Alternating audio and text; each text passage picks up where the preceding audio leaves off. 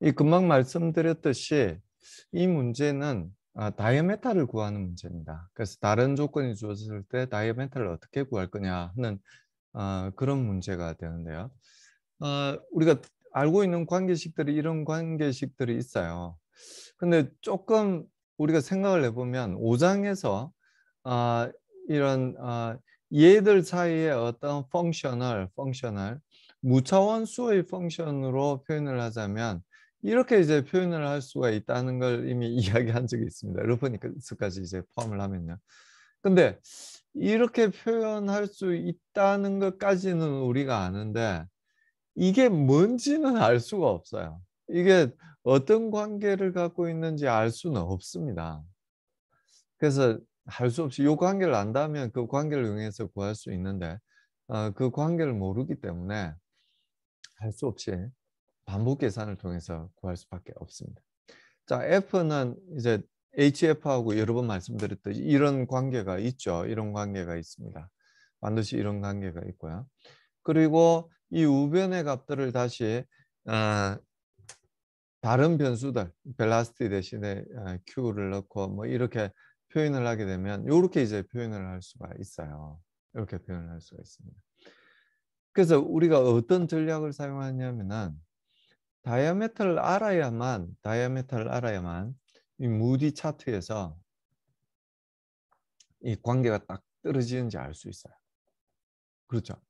F가 얼마고 그리고 그 레이놀즈 넘버가 얼마고 러프니스가 얼마고 하기 때문에 결국은 F가 얼마가 나온다 하는 걸 이제 알 수가 있습니다. 근데 이 다이아메탈 뭐 이터러티브하게 구해야 된다는 건 여러분들이 눈치를 챘을 거고 그럼 뭐 어떻게 이터러티브하게 접근을 할 거냐 하는 이야기죠. 그럼 다이아메탈을 일단 가정을 해야 되는데 이것도 사실은 너무 힘든 이야기입니다. 그래서 이 마지막 시간 그 다이아메탈을 어떻게 가정할까에 대한 그 이야기를 하려고 요 마지막 식을 적은 거예요. 우리가 F 값은 일정한 범위에 있어요, 사실은.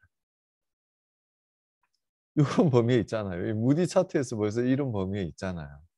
그래서 요 중에서 대충 F는 그렇게 큰 범위, 말하자면 0에서부터 0.1 정도의 범위라고 우리가 생각을 할 수 있어요. 뭐 대충이야. 0에서 0.08 정도의 범위라고 대충 생각을 할 수 있는 거거든요. F는. 그러면 그 중간값 정도를 하나 택합니다. 네, 이니셜 게스니까. 아무 값이나 선택해야 되는데 100 이런 걸 F를 선택할 이유는 없잖아요. 다른 값들은 다 주어져 있는데 다이아메탈을 모르는 여기 다른 값들은 뭐 파이나 G는 이미 아는 값이고요. HF 주어져 있고 L 주어져 있고 유량 주어져 있으니까 다이아메탈은 F를 알면은 다이아메탈을 알 수 있는 거잖아요. 그래서 F를 예를 들어서 0.04 이렇게 개수를 하는 거예요.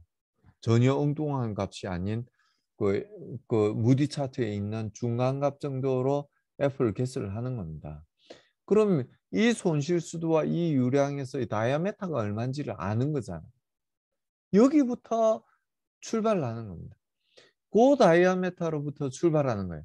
요 다이아메타에서의 레이놀즈 넘버를 구하고 요 다이아메타에서의 러프니스를 구하면 새로운 F를 다시 구할 수 있을 거예요.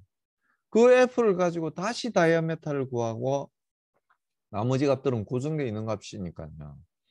다이아메타를 구하고 그 구한 다이아메타를 가지고 레이놀즈 넘버를 구하고 러프니스를 구한 다음에 그 레이놀즈 넘버와 러프니스를 가지고 다시 F를 또 구하고 그 F로부터 다이아메타를 또 구하는 거예요. 이렇게 반복적인 계산을 통해서 다이아메타가 혹은 F 값이 더 이상 변하지 않으면 우리는 정확한 답을 구한 셈이 되는 거죠. 예제를 봅시다. 예제를 보면 여러분들이 쉽게 이해할 수 있으리라고 확신합니다. 자, 6.9 예제로 다시 되돌아갑니다. 유량이 이제 0.342 큐빅미터라고 이야기를 했어요. 러프니스는 다이아메타가 얼마인지는 모르지만 재료가 확정이 되면 러프니스는 뭐 확정할 수 있는 거니까요. 러프니스는 0.06mm라고 이야기를 했습니다. 다이아메타가 모르는 값이라고 이야기를 했어요. 뭐 30cm이긴 하지만 이제 6.9에서는 모르는 값이라고 가정을 합니다. 자, L은 100m고 rho는 950이고 다이나믹 비스커시티 누는 요 정도고 손실수는 8m라고 이야기를 했었어요. 자, 우리가 알고 있는 식, 요 식이죠. 요 식에서 F와 다이아메타와의 관계는 요렇게 주어지니까 거기 값을 대입한 거예요. G에 대입하고 여기 HF가 8m라고 그랬으니까 대입하고 파이프 랭스가 100m라고 그랬으니까 대입하고 그리고 유량이 0.34이라고 그랬으니까 대입하니까 F와 D 사이의 릴레이션이 이렇게 구할 수 있게 되는 겁니다. 즉 D는 0.655 곱하기 F의 5분의 1승이 된다는 걸 알 수가 있죠. 자, 아까 말씀드린 대로 이제 비슷한 절차를 밟아갑니다. 레이놀즈 넘버도 마찬가지예요. D 말고 다른 값은 우리가 다 알고 있어요. 그래서 레이놀즈 넘버를 D로 표현을 하면 이렇게 되고요. 러프니스도 무차원화된 러프니스도 D만 알면은 알 수 있습니다. 이 엡실론이 얼마인지를 아니까요.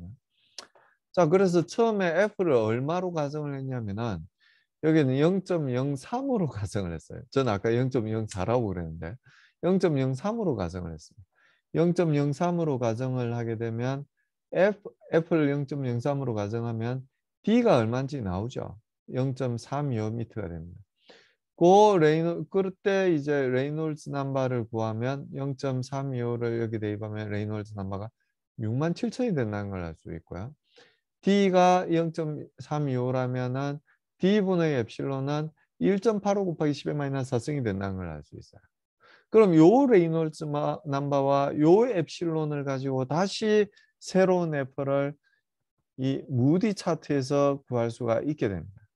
레이놀즈 넘버와 러프니스를 알면은 선을 따라가면서 F 값을 새로 구할 수가 있다는 이야기죠. 그렇죠? 그 F 값이 0.0203입니다. 크게 차이 나지 않아요. 0.0203입니다. 그럼 F가 0.0203일 때는 다이아메타는 0.301m가 돼요. 그럼 이 다이아메타를 가지고 레이놀즈 넘버를 구하고 러프니스를 구한 다음에 요 레이놀즈 넘버와 러프니스로 다시 F를 다시 구합니다. 그렇죠? 어디에서부터? 무디 차트나 아니면 홀브룩식에서부터 구합니다. 그 F를 가지고 다시 다이아메타를 구합니다. 이제 거의 차이가 이건 똑같다고 봐도 되겠죠. 요 다이아메타를 가지고 다시 레이놀즈 넘버를 구하고 러프니스를 구하면 F 값이 똑같이 0.0201이 나오고 그럼 그때는 이제 더 이상 이제 반복할 필요가 없는 거죠. 출발점으로 되돌아왔으니까.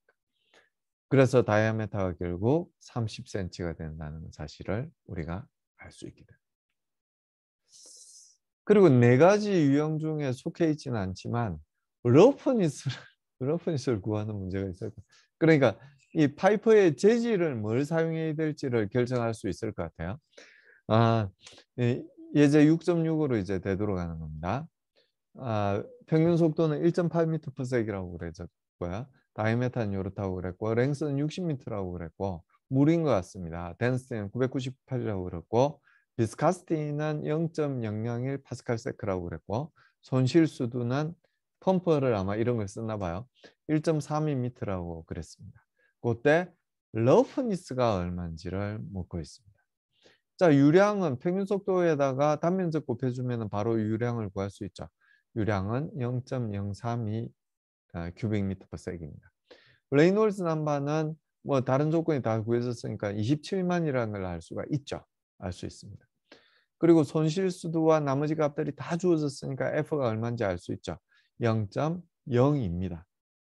그럼 콜브룩식에다가 요 값들을 전부 대입을 해요. F 값이 0.02, F 값이 0.02, F 값이 0.02. 레이놀즈 넘버가 27만, 27만 여기 대입하고. 그러면 이 식에서 유일하게 남는 모르는 수가 뭐냐면은 엡실론 나누기 D예요. D는 아니까 사실은 엡실론을 모르는 거죠. 그래서 엡실론 나누기 D를 요 식으로부터 구하면 조금만 이건 뭐 이터러티브하게 구할 필요가 없죠. 그냥 몇 번 10에 그래 요게 얼마인지 구하고 뭐 이렇게 하면 구할 수 있습니다. 그때 에필론 나누기 D를 구하면 요 값이란 걸 알 수 있고요. 다이아메타가 얼마인지 주어져 있으니까 에필론이 이렇게 된다는 걸 알 수 있죠. 그래서 요런 자질에 요런 러프니스를 가진 파이프를 우리가 선택을 해주면 되겠죠. 이런 문제는 크게 생기지 않을 거라고 봅니다. 그리고 네 번째 문제도 역시 요건 참 그냥 구할 수 있는 건 아니네요. 이건 이 펌프의 양정이 파이프 손실 수두와 같다는 걸 알아야 됩니다. 그래서 펌프의 수두라고 하는 것은 우리가 이 유체책의 뒷부분에 유체기계 쪽이 나옵니다만 펌프는 이 전기에는 사실은 기계가 갖고 있는 에너지를 유체에 전달해주는 게 펌프나 아니면은 송풍기 같은 유체기계가 하는 역할이고요. 터빈이나 풍차가 수차나 풍차가 하는 역할은 유체가 갖고 있는 에너지를 뺏어서 인간이 유용한 기계적 에너지로 바꾼 다음에 그 기계적 에너지로 다시 요즘은 전기적 에너지로 다시 바꾸는 유체 기계가 바로 풍차나 수차 같은 터빈이나 아니면은 윈드 터빈 그런 유체 기계들입니다. 그렇게 유체 기계를 두 개로 나눌 수 있거든요. 펌프는 기계가 갖고 있는 에너지를 유체에 전달하는 게 바로 펌프라는 유체 기계입니다. 그래서 이 펌프가 유체에 전달하는 수두는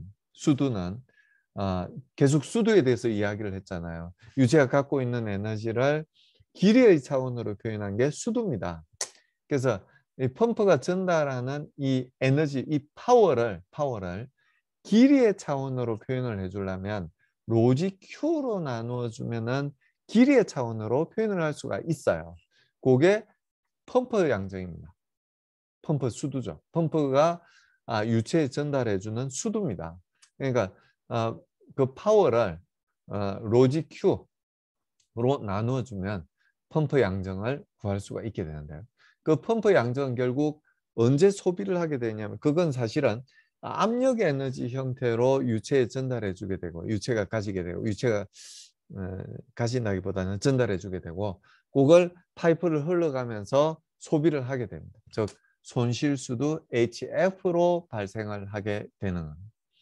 그래서 펌프 양정이 정해지게 되면 그때 유량과 뭐 나머지 값들을 다 알고 있습니다. 그러니까 결국 HF가 펌프가 전달해주는 그 에너지와 같아져야 되니까요. 같을 수밖에 없으니까 이런 것들을 알고 있으면 이 L 자체는 쉽게 구할 수 있다. 그걸 이제 말씀드린 거예요. 뭐 식은 복잡하고 말이 좀 어렵게 나왔지만 요 L 자체는 쉽게 구할 수 있다 하는 걸 알 수가 있게 됩니다. 네, 예제를 통해서 또 보겠습니다.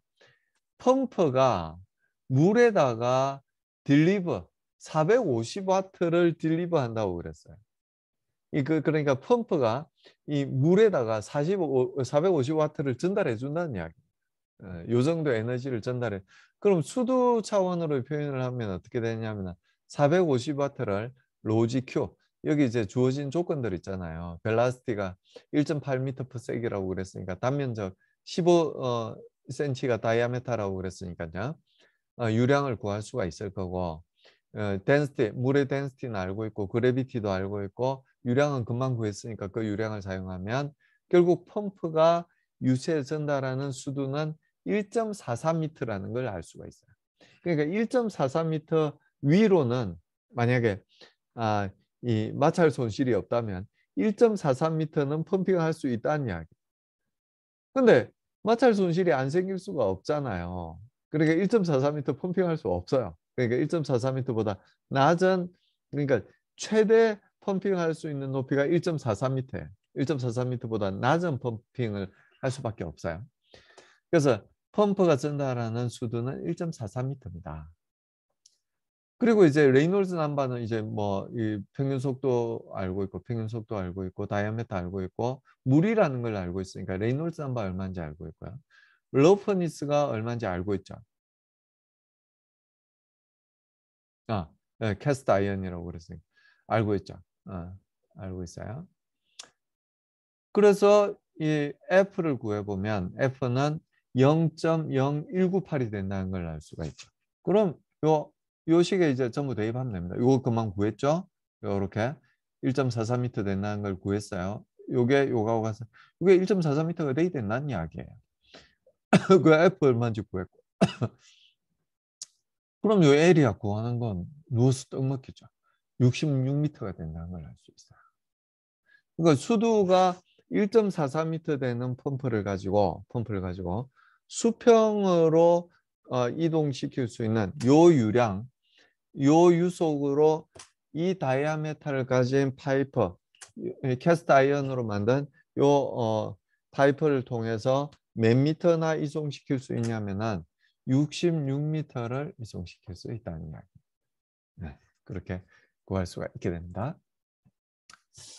그리고 6.8절 이 비원형 벡터 내의 유동에 대해서는 읽기 숙제로 여러분들이 쉽게 이해할 수 있어요. 그러니까 이퀴발런트한 원형 벡터로 취한을 한 다음에 똑같이 이제 해석을 하면 되기 때문에 그 단계 하나만 이제 거치면 되기 때문에 여러분들이 쉽게 할 수 있으리라 보고 이건 읽기 숙제로 여러분께 드리고 리딩 어사이먼트로 드리고 시험 범위에도 포함됩니다. 시험 범위에도 포함된다는 말씀을 드립니다. 그리고 이제 부차적 손실이 이제 여러분들께 전달해 드릴 마지막 내용이 될 것 같습니다. 금방 이제 이 파이프의 길이 때문에 생기는 파이프가 있기 때문에 파이프가 존재하기 때문에 생기는 이 손실 수도에 대해서 지금까지 아주 긴 시간 동안 이제 말씀을 드렸었는데요. 사실은 우리가 파이프라인을 설계하다 보면 디자인하다 보면 이런 주 손실, 요걸 주 손실이라고 그래요. 한 번도 말씀 안 드렸죠. 반드시 생길 수밖에 없는 손실입니다. 이 주 손실 외에 많은 부손실들을 동반할 수밖에 없습니다. 그래서 파이프 입구나 출구가 어떻게 생겼냐에 따라서도 손실이 생기고요. 파이프가 상황에 따라서 급 확대나 급 축소가 될 때, 확대나 축소가 될 때 또 부손실이 생기게 됩니다. 손실이 생겨요. 그러니까 압력 에너지가 낮아지게 된다는 이야기입니다.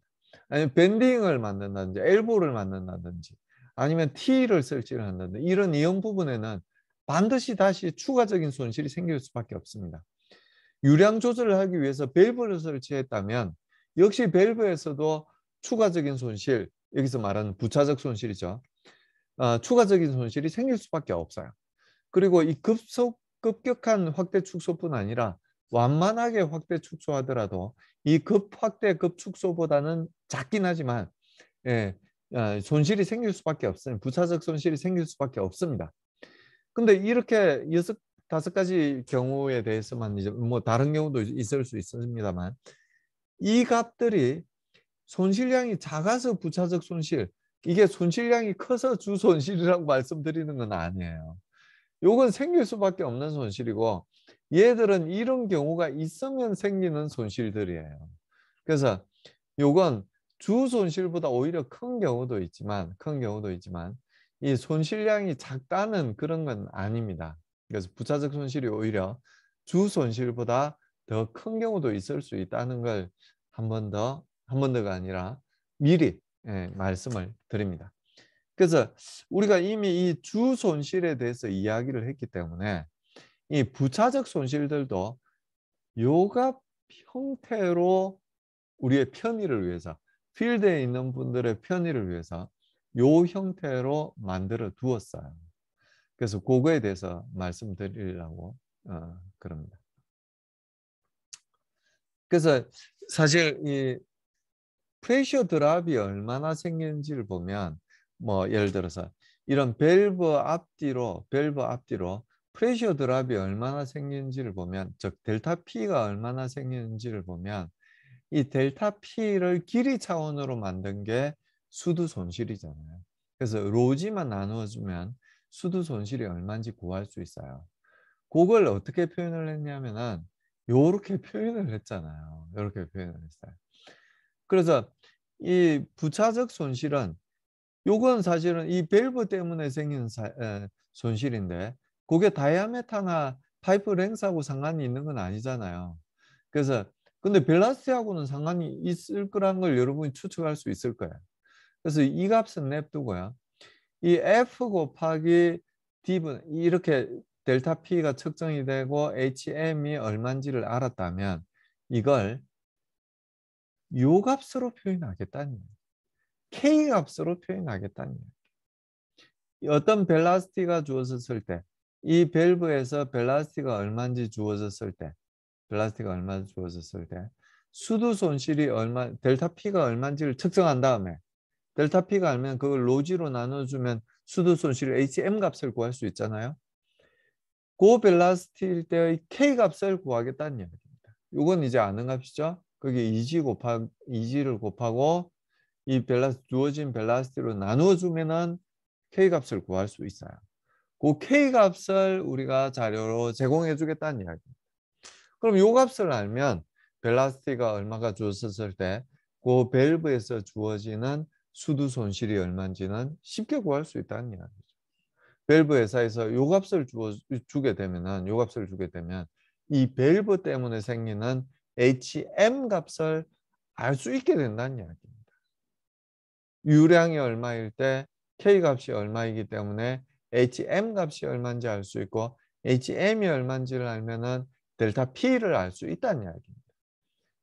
그걸 이제 정의해 놓은 게 요 값이에요. 즉 델타 P를 측정한 다음에 2분의 1 로브의 제곱으로 나누어 주게 되면 K 값을 구할 수 있고 요걸 밸브 회사에서 데이터로 제공을 해준다는 이야기예요.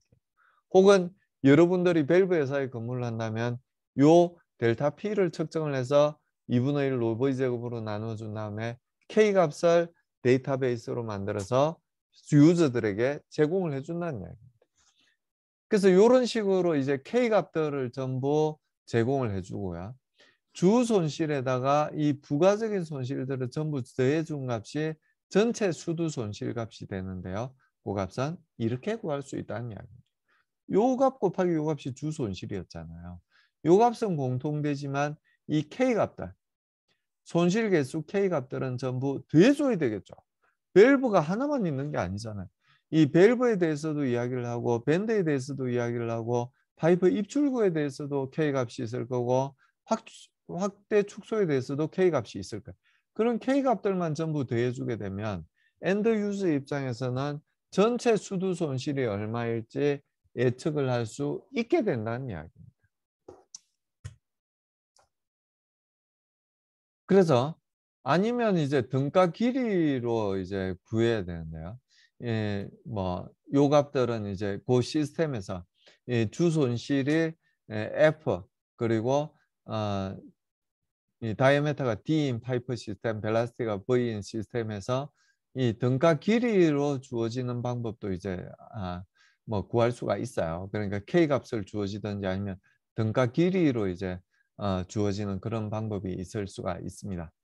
근데 이제 통상은 이제 이 손실계수 K로서 주어지는 게 훨씬 더 우리가 이해하기는 쉽겠죠. 요 값이 주어지면 등가 길이 LE는 쉽게 또 구할 수가 있게 됩니다.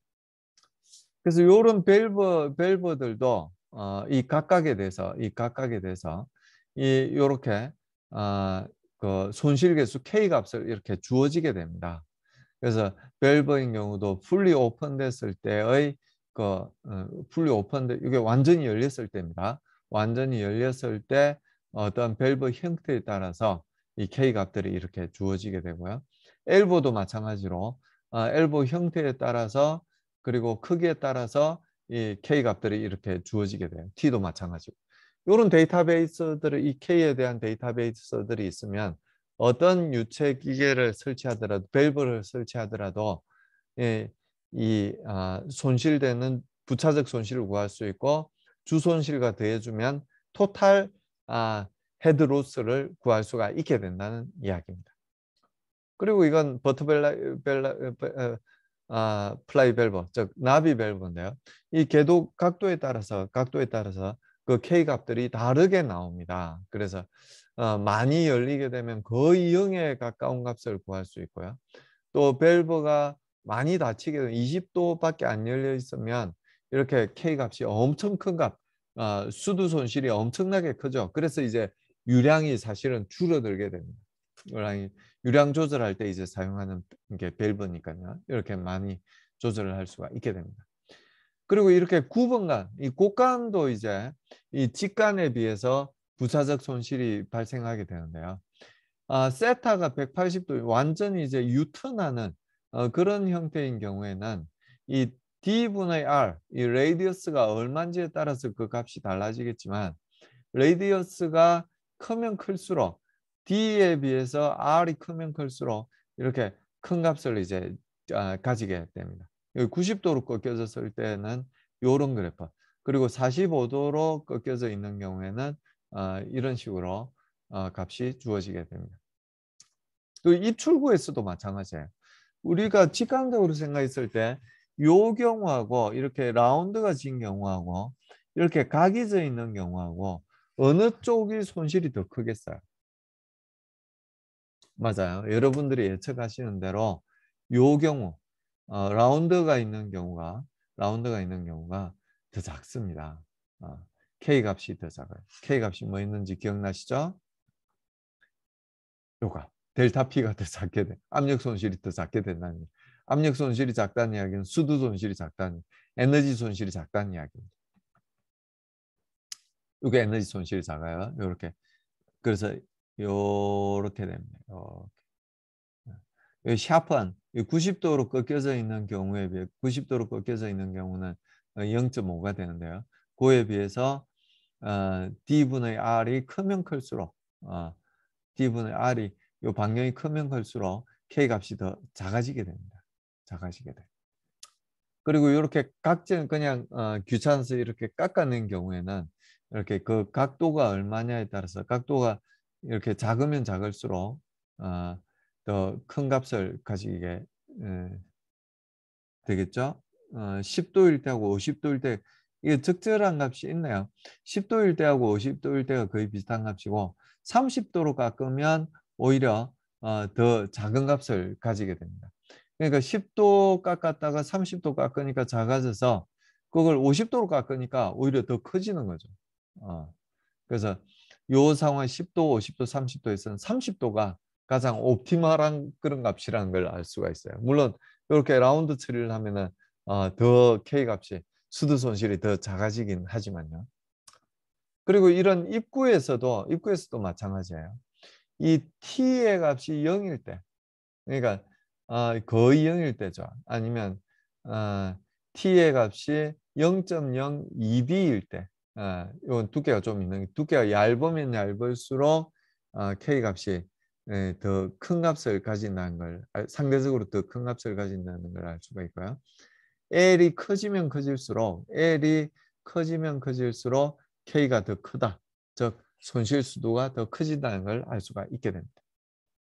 그 K 값을 이제 이렇게 자료로서 우리가 제공을 해주는 거예요. 우리가 밸브 회사에서 아니면 입출구를 만드는 이런 회사에 엔지니어링 회사에서 근무를 한다면 이 K 값이 얼마인지를 제공을 해주는 거예요. 그래서 급 확대간이나 급 축소간에서도 이렇게 이 손실이 생기게 되는데요. 이 급 확대가 될 때 손실이 더 큰 값으로 생기게 됩니다. 그래서 sudden expansion, 즉 급 확대가 될 때는 여기 재순환 영역이 반드시 생기게 돼요. 이 재순환 영역 때문에 이 손실 수도가 훨씬 더 많이 생기게 됩니다. 근데 이 급 축소가 될 때는 이 재순환 영역이 일부 생기긴 하지만 여기에 비하면 비할 바가 아니죠. 훨씬 이 급 확대가 될 때 더 리스쿨레이션 존이 리전이 더 훨씬 커지게 됩니다. 그래서 손실이 더 수도 손실이 커지게 되죠. 그래서 위에 있는 게 급 확대고요. 아래쪽에 있는 게 급 축소입니다.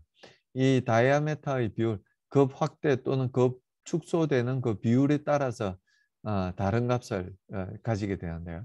물론 이 스몰 d나 캐피탈 D가 거의 비슷한 값일 때, 즉 1.0에 가까울수록 조금밖에 축소 안 하거나 조금밖에 확대를 안 한 거기 때문에 K 값이 작게 되겠죠. D가 작고 캐피탈 D가 크면 클수록 급 확대가 되는 거니까 1.0에 더 가까운 값을 가지게 되고요. 0에서 1 사이의 값을 이렇게 갖게 됩니다. 급 축소가 될 때도 마찬가지예요. 급 축소가 될 때는 확대가 될 때보다는 손실 수도가 작긴 하지만 이렇게 꽤 큰 손실 수도를 가지게 됩니다. 그래서 이런 경우는 우리가 디자인할 때 되도록이면 이런 경우를 만들지 않도록 그렇게 디자인을 해야 됩니다. 여기까지가 아니네요. 6.10절이 있네요. 뭐 6.10절은 간단한 내용이니까 아주 짧게 말씀드리고 마치도록 하겠습니다. 요건 이제 다관 시스템에 관한 내용인데요. 요건 직렬로 연결된 경우고, 요건 파이프의 굵기가 일정하지 않아도 사실은 뭐 우리가 다 계산을 할 수 있는데, 이 병렬로 연결된 경우에 요건 이제 여러 탱크가 이제 연결돼 있는 경우에 어떻게 될 거냐 하는 그런 문제가 됩니다. 이건 이제 직렬이라고 이야기를 하고, 요건 병렬이라고 이야기를 하는데, 요 두 개에 대해서는 우리가 쉽게 생각을 할 수 있어요. 요 경우도 우리가 쉽게 알 수 있는데, 물론 그러니까 결국은 다 쉽게 알 수가 있는데, 여기에서의 위치 수도하고 그리고 여기에서의 압력 수도, 요만큼의 압력이 더해질 거잖아요. 위치에다 압력이 더해져서 여기에서의 수력선이 이제 결정이 될 건데요. 그 수력선이나 여기에서 결정되는 수력선이나 여기에서 결정되는 수력선이 전부 같아져야 돼요. 이건 뭐 그렇게 쉽게 이해를 할 수가 있고요. 요건 1, 2, 3 파이프를 통해서 지나가는 유량이 상식적으로 전부 똑같아야 된다는 거 이해되세요? 여기 지나가는 유량이나 여기 지나가는 유량이나 여기 지나가는 유량이 전부 똑같아야 됩니다. 그럼 손실 수도는 어떨까요? 1번, 2번, 3번 중에서 손실 수도가 제일 큰 파이프는 어느 파이프일까요? 이렇게 묻는 거하고 똑같겠죠. 속도가 제일 큰 파이프가 어딜까요? 속도가 크면은 다이아메타가 작고 속도가 크면은 손실이 크지잖아요. 네, 맞아요. 1번 파이프가 손실이 제일 큽니다. 2번 파이프가 그 다음이고 3번 파이프가 손실이 제일 작아요. 유량은 똑같고 손실 수도는 1, 2, 3이 다 다르게 됩니다. 손실 수도가 뭐라고 그랬어요? 프레셔 드랍을 길이의 차원으로 표현한 게 손실 수도라고 말씀드렸잖아요. 그럼 A에서 B까지의 손실 수도는 어떻게 구하면 될까요? 여기서 손실 수도, 여기서 손실 수도, 여기서 손실 수도를 전부 더해주면 A에서 B까지에서 나타나는 손실 수도를 구할 수가 있어요. 이렇게 손실 수도의 합으로 구할 수가 있게 됩니다. 유량이 똑같아요. 근데 손실 수도는 전부 다 다르죠. 1번이 손실 수도 제일 크고 길이가 똑같다면 3번이 손실 수도가 제일 작게 됩니다. A에서 B 사이에서의 토탈 프레셔 드랍은 세 프레셔 드랍을 전부 더해주면 구할 수가 있습니다. 병렬 파이프는 그렇지 않죠. 1, 2, 3을 통해서 가는 파이프를 통해서 가는 유량은 전부 다를 수 있어요.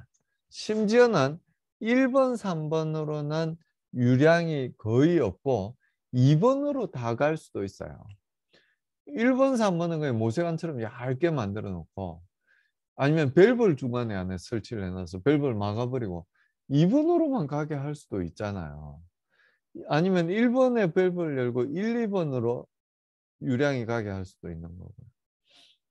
결국 A에서 B까지 통하는 유량은 세 파이프를 통하는 유량을 전부 합친 유량하고 같은 유량으로서 구할 수가 있게 됩니다. 근데 프레셔 드랍은 전부 다 똑같아요. 여기서 1번에서 2번으로 예를 들어서 1번에서 2번으로 갈 때의 프레셔 드랍이 여기서는 프레셔가 같겠죠. 1, 2, 3 입구에서는 프레셔가 같겠죠. 1번하고 2번 사이에 프레셔가 같겠죠. 프레셔 다르면 어떤 일이 생기죠? 여기가 프레셔가 높고 여기가 프레셔 낮으면 여기서 요로 유동이 생기겠죠. 근데 유선이 이렇게 형성이 돼 있다면 그래서 열로 유동이 없는 거잖아요. 그래서 유동이 없다고 봐야 됩니다. 압력 차이가 없다고 봐야 됩니다. 근데 여기하고 여기 사이에 여기서 프레셔 드랍이 10파스칼이고 여기서는 100파스칼이고 여기서는 200파스칼이다. 그럼 여기 압력이 여기 압력보다 높은 거 아닌가요? 그럼 어떤 일이 생겨나야 돼요? 여기서 열로 유동이 생겨나야 된다는 이야기예요. 그런 일은 결코 생기지 않습니다. 여기서 100파스칼이 프레셔 드랍이 생겼다면 여기서도 프레셔 드랍이 100파스칼이 생기겠죠. 만약에 여기 밸브를 하나 달아서 여기서 프레셔 드랍이 더 커지게 되면 같은 유량이면 프레셔 드랍이 더 커지겠죠. 어떤 일이 생겨요? 여기 유량이 줄어들어서 프레셔 드랍이 작아져요. 그래서 다시 여기랑 프레셔 드랍이 같은 여기가 100파스칼이었다. 여기도 100파스칼로 맞춰지게 되는 거예요. 유량이 줄어서 프레셔 드랍은 같아지게 되는 거예요. 그래서 1, 2, 3을 통하는 프레셔 드랍은 즉 헤드의 손실 수두는 똑같아야 돼요. 헤드 로스는 같아야 돼요. 유량을 조절해서 같게 만들어주는 겁니다. 밸브가 있더라도. 유량을 줄이면 프레셔 드랍은 줄어들거든요. 유량이 줄어들면 줄어듭니다. 그래서 이렇게 유량은 세 파이프를 통한 유량을 전부 합치면 전체 유량을 구할 수 있고요. 헤드 로스는 세 파이프를 통하는 유체 유동의 헤드 로스는 같아야만 된다 하는 걸 말씀드릴 수 있습니다. 자, 이건 아까 말씀드렸던 쉬운 이야기죠. 요 위치 수두와 요 위치 수두와 여기에서 받는 압력 수두를 합친 수두는 같아져야 된다. 하이드롤릭 레벨은 같아져야 된다는 걸 알 수가 있게 됩니다. 그래서 델타 H1은 요 높이 차이는 요 높이 차이는 이게 1이고요. 요 높이 차이는 이 G1 빼기 HJ 정션에서의 이 수두로서 표현을 할 수 있고요. HH2는 델타 H2는 그러니까 여기 H2는 델타 H2는 수두 차이는 높이 차이는 Z2에다가 요 HJ를 빼주면은 델타 H2를 구할 수가 있게 된다는 이야기입니다. 그래서 요 유량을 합친 건 결국 0이 돼야 된다는 걸 우리가 잘 알고 있어요. 질량 보존 법칙이죠. 요렇게 유량이 형성된다면 요 둘 중에 하나는 반드시 빠져나가는 요점에 대해서 빠져나가는 즉 델타 델타 H2가 양수가 되든지 2가 양수가 되든지 델타 H3가 양수가 되든지 델타 H1이 음수가 된다면 그런 일이 반드시 생겨나야 된다는 이야기예요. 그래서 총 유량이 0이 돼야 되고 연결점에서의 하이드롤릭 그레이드 레벨은 같아져야 된다. 수력 선이 같아져야 된다 하는 걸 알 수가 있고요. 그에 따라서 델타 H1, 델타 H2, 델타 H3를 구해낼 수가 있게 된다는 이야기입니다. 이상으로 6장을 마치도록 하겠습니다.